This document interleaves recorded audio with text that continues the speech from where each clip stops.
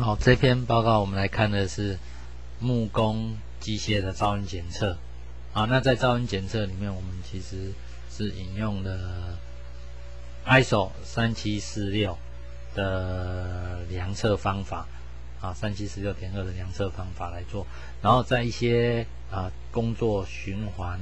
以及单一操作形态是根据 SEAE 的一些模拟定义来的。好，那有了我们这些量测以后，我们同时还可以去做作业员的暴露量的评估。好，那当然我们主要的架构是这几项啊。好，那我们这次报告大纲里面有分成这几项，我们就逐项来探讨。那前言当然噪音量测这是很重要的哈，那很多工厂里面有很多的机器在运转，所以这些噪音的产生以及量测方法及宣告，那这些都是要去学习的。尤其我们看的木工机械，那都是高噪音的机械环境。那事实上国内对木工机械是比较少啦，那有各种这电脑箱、电动机等等的振动噪音的量测是有的。好，那我们这边报告里面研究的木工机械有手压爆、圆盘锯等等，总共有5种。那这都是我们学校林产加工木业系、木业工业、木材业工业系他们的木工厂里面的机器。那我们会介绍几个声音功率位准的量测，还有单一操作形态跟工作循环 （working cycle） singular operational condition 这2个名词呢是根据 SAE 的名词来的那什么是单一操作形态呢？就是说它典型比如说像我们在谈那个 NC 工具机的时候，它有待机的时候，有冷却系统开启的，这些都是属于单一操作形态那什么是 working cycle？ 就是说很典型的，它比如说压爆的时候那它会推木料进去，然后移出来等等，就是一个典型的工作循环。那当然要定义工作循环，就要很熟悉这部机器的操作。好，那作业的暴露量，我们有利用这一些的资讯，我们可以去做作业暴露量的评估。好，那有了这些的量测，我们还可以去对机器的噪音值做宣告。如果是机器厂商如果是一个制作木工机械的厂商，那他就要去学习这机器噪音的宣告，那这样他才能够出口到欧盟国家去好，那我们首先介绍的就是几个名词A 全音域音压位准，这是 LAP 那 LAP 值是单一个值，这个值我们可以把它简单说是频率域的平均我们可以简单这样说那 LEQ 是均能音量音压位准均能音量音压位准，那我们可以简单说它是时间域的平均。所以如果我们画一个坐标轴来看比如说这个是时间，这个是 dB 我们这个轴是频率，我们可以这样看，就是说每一个瞬间都有各种频带的音压所以在频率的平均出来，我们可以得到一个全音域音压位准。好，所以每一个瞬间，每一个时间的瞬间都可以得到一个值，所以连起来就是时间域的变化。所以这条是时间域的变化，然后时间域变化的一个平均值，假如说是平均值这条，也就是这个 LEQ。频率域的平均值，每一个瞬间频率的平均值就是 LAP 全音域音压位准。所以这2个概念大家要建立好。那另外均能音量音压位准，这是5分贝的 A 加权基本上是定义是跟概念上是跟 LQ、EQ 一样，但是它是以5分贝，这个是在 SAE 里面它来做作业员暴露量评估的时候，差异在这边，这边是 0.1， 这边是 0.22 10这边是10，这边是 16.6方程式不一样。声音功率位准，这就根据 ISO 3746.2来的3746.2LEQ 这是量测表面的音压平均值这就是每一个点的量测表面，然后比如说我5个点N 就等于5那5个点的音压 EQ 去做平均，就可以得到 LEQ bar， 这是量测表面长方体量测表面的均能音量未准 LEQ。好，那 S0 是等于1，S 是它的量测表面积，所以这个是已知。K 有2个，一个是 K1A， 还有一个是 K2A。K1A 是背景噪音，如果是小于10 dB 以上就不用修正。2A 的话，在374.6，K2A 要小于7 dB， 它才能够适用。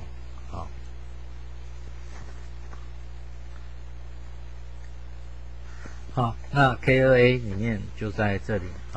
所以 K2A 怎么来呢？其中 A 是1 K 赫兹的时候的平均能的表面，这等一下我们会介绍。好，那 S 呢就是量测表面，所以就这个 K2A。那这个方程式 K1A 呢是背景噪音的所以背景噪音的定义是我们机器噪音至少要大于3 dB 以上。至少要大于3 dB 以上，而且不能超过至少大于要3 dB 以上。如果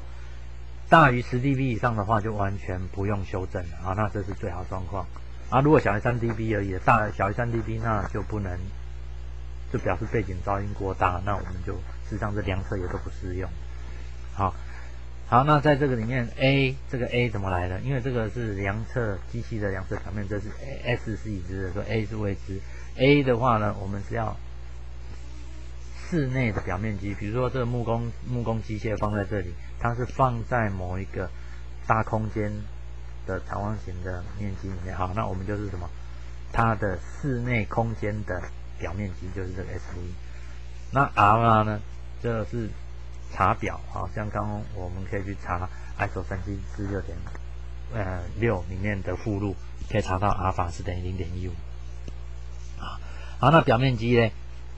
或许我们这个地方我们跳开到3746.2，我们去看看它的一些定义。好，我们现在看的是3746.2这个 A 怎么来 ？A 由这个地方阿尔法乘上 SV 就是测试场所内的室内表面积。好，阿尔法怎么来？阿尔法在这边比如说我们看它是阿尔法有这几个值，从 0.05 到 0.5那我们常常碰到状况是说room with furniture 那如果是一个不规则的房间是 irregularly shaped room with furniture， 不规则的房间是取 0.2。好，那如果有一些吸音的设备small amount of sound absorbing material， 如果你放一些吸音材，比如说天花板那种可能就是 0.25。那房间有吸音材在天花板跟墙壁都有的时候是 0.35。那如果房间有很多的吸音材不管是在哪里的话，到处都有的话，那是 0.5， 最高是 0.5。那事实上我们一般状况可能都是这一个比较居多啦， 0.15 比较居多，大概也不会是 nearly empty 是 0.05。所以这阿尔法大概这是一个很简便的一个评估方法啦。所以有阿尔法带进去，那知道室内的表面积就可以得到这个 A 有了以后，那 S 是每部机器它的量测表面积上会不一样。好，那在表面的定义呢在 ISO 3746.2里面它有2种，一种是半球形的像这种半球形的。那像在我们这篇报告里面，我们用的是什么立方体型的，所以我们有什么单边就是只有地面反射面的还有这种两面反射面的，所以这是地面是反射面，还有什么一面墙是反射面，所以这是两面反射面所以我们在3746.2里面都有介绍过这些量测的定义。好，那接着我们再回到木工机械的报告。好，那像这个我们这次看的木工机械有这几部机器有砂光机、花槽机、圆盘锯、带锯机，还有手压刨5种。那它都是四周无遮蔽物，也就是说它只有单边所以在单边里面它都有定义。这个第一是都是参考3746.2里面来的，所以我们有一个参考箱，就是机器的表面，然后我们会拉一个低的距离，就是拉一个低的距离出去，所以我们就得到这个量测表面四周都是一样四周都会拉出一个 d 的距离，还有是 d 的距离，因为这机器表面知道，所以我们这些特性曲线 A B C D 就会知道。好，那我们就可以很明确得到量测表面，那我们就可以规划它的量测点。那都是基于安全理由，我们顶面都没有去设定量测啊，这是在3746.2里面所允许的啊。所以这边我们看它有，这是圆盘距，因为很小，它只有量测4个点。这是手压爆，这边有2个，1个、2个，所以是6个啊。那这个是花槽机、带锯机，那它们都是属于这个类型的，大概就是应该是有1个、2个1个，然后这个横的方向这是2个，好，那这边也是一样，2个、2个这边有8个，好，那另外我们再定义这个曝露量的评估，就是说我们每一部机器都有 LEQ， 刚刚我们谈到的，这是它的 working cycle 这是它某一个工作循环的时间这是可能是它所占的工作的时间比例。那我们知道它做那件工作循环所曝露的 dBA， 这是所曝露的 dBA， 那这百分比是它做那个工作所占有时间。那做另外一个工作循环，它有另外一个百分比的时间如果它又作用的另外一部 B 的机器的话那可能又会有工作时间，因为他一个人一天可能工作在工作这部机器，它有一些工作循环所以这是单一一部机器的曝露量。那有了单一一部机器的曝露量以后，那它这个工作人员可能会作用在 A 的机器、A2 的机器S1、S2 可能是在曝露在其他的噪音源那我们就可以在这些再累加所以这些概念是可以是累加上去的那所以就可以到曝露量曝露量算出来这个是百分比的值对不起，这个值不是百分比，这是一个 dBA 的值。像我们国内的标准是说这个要小于90 dBA 这个曝露量值要小于90 dBA， 这是我们国内的劳工曝露量的标准。好，那另外一方面呢，这是3746.2K2A 如果小于5 dB， 小的5到7 dB 的时候，它们分别sigma 是3或4，如果有纯音的时候呢，要多加1 dB。宣告值就要乘 1.645 乘上 sigma 这宣告值是我们量测的值，然后再加上这个标准差那我们的量测仪器，我们还是用我们实验室有的 CL593， 测试场地是在木工厂它的长是80公尺，宽20公尺，高大约6公尺，就是很大了那 K2A 事实上是很小那作业员高度，我们一般就是说作业员是以160到175之间来做量测那我们考虑了5种木工机械，有圆盘锯、手压爆、带锯机、花槽机，还有砂光机。那这是典型的5种木工机械那这是这5种机械它们主要的规格型号那还有主要的马达转速，那是大概我们一般会需要了解的。还有它们的马力是多少其实它马力都不高，有3马力这是2马力，这2马力。好，声音功率位置的量测呢，我们根据3746.2来看，都是暖机1分钟以后才开始做量测。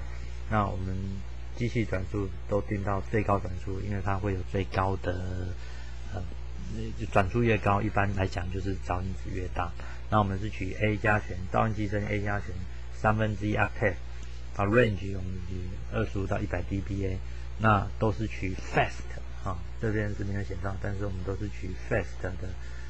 时间长数，那每一点都量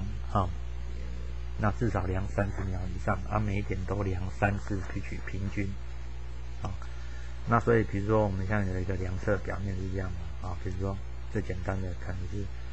有这样5个点，那顶面因为安全理由所以没去量，所以就有1、2、3、4，我们4个点，每一个点呢都量3次取平均，所以每个点都可以得到一个 LEQ， 得到这1、2、3、4个点的 LEQ， 再去取表面的平均阴压，好，所以就像这个概念刚刚提到的，所以这每个点都去量。好，那接着定义的是工作循环。好，工作循环就是说，实际上呢，我们全转速在抛销，进刀量是典型的进刀，然后行进的255 mm 就大概25公分，然后手动进取，啊，速率是应该是每分钟每秒8.5 mm 啦，啊，好，那这样子完全一个循环，手压爆。砂光机啊类似啊，那砂光行进255手动晋级，好，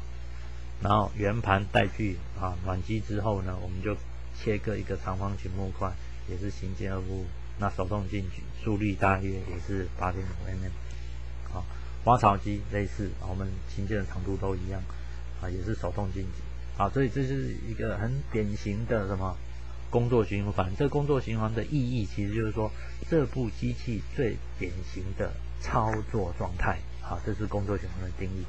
好，那我们不管是哪一部，我们都是一样，麦克风置于操作员的耳朵旁边10公里，好，麦克风面向工具机，好，我们举个例，比如说这是机器在这边，好，我们人就站在这里操作，假设，好，那我们麦克风放在旁边。它的麦克风头指向机器，好，那这样我们这样才会量到，因为这种工作循环才量到说这个作业员所听到的声音的量是多少。那我们就会根据前面的5分贝的 A 加全均的音量为准去做每一个工作循环的 LEQ5， 好，每一个工作循环 LEQ5。那实际上每个工作循环我们都至少都量3次，好。好，那另外再定义单一操作形态。单一操作形态就是说，像开机、怠速、关机，这是其中一种。好，那单独在怠速的时候也是一种啊，某一种一直在切削的时候也是一种。所以我们大概都定义了单一操作形态的3种。那怠速都是以最大的空转为主，切削大概就是切削前多3到5秒，切削后也多个3到5秒。啊，那怠速的时候都是以最大转速的时候量60秒。啊，做空转，好，所以其他这5种机器都是用同样的概念，哦，所以到目前为止我们有做了什么单一操作形态，这种是它的特定的操作情形的定义。那另外一种工作循环就是说这部机器典型在运作的时候的时间，好的那种工作形态啦，好，好，那现在我们来看量测结果。啊，这量测结果呢，是我们每一部机器哈，比如圆盘机，我们去量它的机器的。像圆盘机，它有量测表面，所以我们刚看有什么4个点，这4个点的 LEQ bar 就是这个值。那带到方程式里面，我们可以推算出 LW 出来是 102.6。好，那作业员在旁边的时候，我们再量它的那个值啊出来84.7 dB。好，那我们从这几个频率值，我们声音的 dB 值，我们来看。啊，声功率位准最高的是什么？圆盘距是最高，但是对5分贝就是机器的噪音量最大的是什么？手压爆，这是对作业员影响是最大的，因为这是在作业员旁边嘛。好，因为作业员可能对手压爆是坐在最靠近的，那这些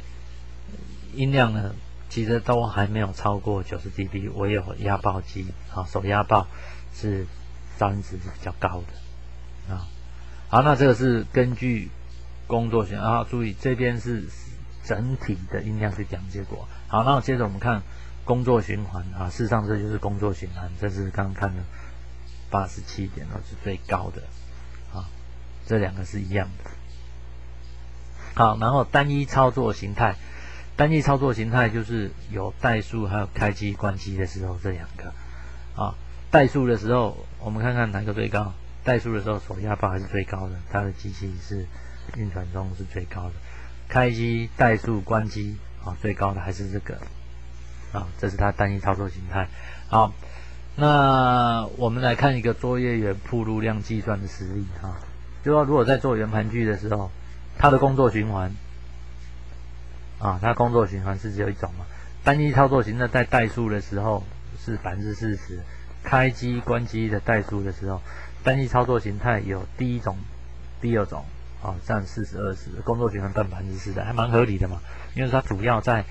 锯的时间那40%，还有40%的时间在代数。还有20%的时间是开机、关机的动作，其他我们也给了类似的定义，我们来看因为我们这些工作循环的值，我们有推算量测出来的2个单一操作形态，我们有量测出来。那根据40、40、20的百分比，我们可以推算出圆盘锯它的铺路量是81.63，手压爆根据这样子推算是91.98。好，如果一天工作8小时来看，如果他一整天通在操作圆盘锯，没有问题，因为我们国内的劳动标准是90 dB。如果他一天工作8小时通在做手压爆，可不可以？不可以，因为他已经超过了90 dB。好，那我们这边举一个范例就是说这一天工作8小时嘛，如果某一个作业员圆盘锯嘞，他工作2小时，手压爆1小时。花槽、砂光、带锯各121小时，在其他因缘状况是1小时，我们假设它是66 dB。好，带到前面我们的方程式推算出来，这是83.03。好，那这是小于90 dB， 那当然这是吻合我们国内的劳工安全标准。好，那这就是计算的方程式啊。单一部机器来讲，这是 working cycle。这是 working cycle， 那这是 singular type 这是 singular type 所以这是一部机器的铺路量单一部的机器铺路量是这样。好，那这是某一部机器的铺路量乘上它的时间 ，B 机器的铺路量 ，A2 的机器它的铺路时间。好，那因缘这样子像我们前面那个例子里面。就是说有圆盘锯2小时，什么爆锯圆盘锯是几小时，那它带的是几小时是在这边，然后这是它这个圆盘锯的铺路量是81.6 81.6是在这边，我带到方程式去，我们就可以估算作业员一天工作8小时的铺路量。宣告值，这是制造木工机械的厂商他们需要去宣告的因为他们都大于75 dB 嘛，所以他们的 A 加权的 power level、sound power level 也要sound pressure level 也要如果是小于75 dB， 只要这个就可以了。那因为它大于75 dB， 所以这2个都需要。那我们分别对圆盘锯它的代数工作循环，我们都定义出它的声音功率位准。好，最高的就是圆盘锯，表示它的声源是高嘛，手压爆声源也是高的。好，我们总的来说，我们这一篇报告呢做了5种的木工机械的噪音量测，包括声音功率位准量测，还有工作循环的5分贝的均能音压1位准的噪音量测，还有它的单一操作形态。好，那这里面其实涵盖的工作很多，我们稍微总和一下。第一个，如果对制造商而言，他们最重要的东西是什么？他要去做的是噪音的宣告，所以他们要去对噪音的铺路量就是噪音的音压位准 LP， 还有他们声音功率位准去做宣告。那在这宣告过程当中，我们有一个引用就是 SAE 里面的，我们有带进了什么？第一个是工作循环的概念。第二个呢是什么？单一操作形态的概念。所以我们分别对工作循环跟单一操作概念都已经做了 LP 跟 LW 的量测。这是对制造厂商而言。第二个，对工厂的拥有者就是说他工厂老板他是做木工机械的加工的，木材加工的，他们会重点就是这个5分贝的音压位准就是5分贝的均能音压位准。我们刚看到的就是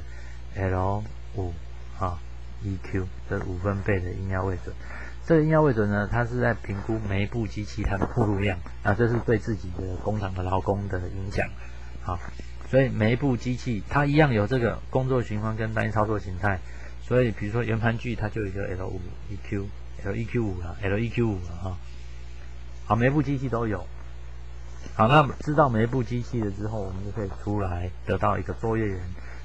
一天操作每部机器的铺路量，这是作业员的铺路量。那像作业员铺路量，这就是劳委会管的。那这我们在